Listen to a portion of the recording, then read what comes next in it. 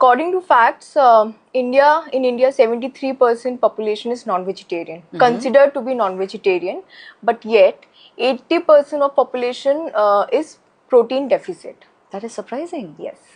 So, what is your take on like consuming proteins? Because generally, when I came across a lot of females throughout my journey, so I have seen only like 20-30% of females having the right information about protein and their eating habits, and also eating chicken and eggs.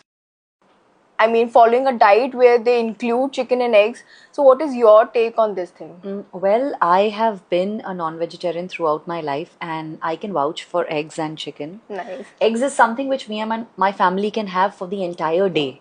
If we have anda bread in the morning, we can have a bhurji paratha in the afternoon, and a different way of preparation of egg. For example, a frittata for that reason. Right, So, right. I totally believe that anything that you consume should be in its natural form, rather than going a little synthetic or artificial. And for women especially, who are more into taking care of themselves, because we are active women, especially the ones who are working. Right, yeah. So, अगर हम ही healthy नहीं रहेंगे तो परिवार कैसे healthy रहेगा? Because I think we are the foundation, we are the anchor. अगर वो strong नहीं रहेगा तो सब बिखर जाएगा. So I think हमें बहुत ज़रूरी है कि हम अब अपने आप पर ध्यान देना शुरू करें. Especially women like me who are very much into CrossFit training and functional trainings, and who prefer lifting weights, because as you age, your muscle mass decreases by a particular percentage. Yeah, this is very important. And for that to recover and for that to maintain, throughout the decades, you need to have proper protein intake. तो मुझे लगता है कि eggs और chicken से अगर आपको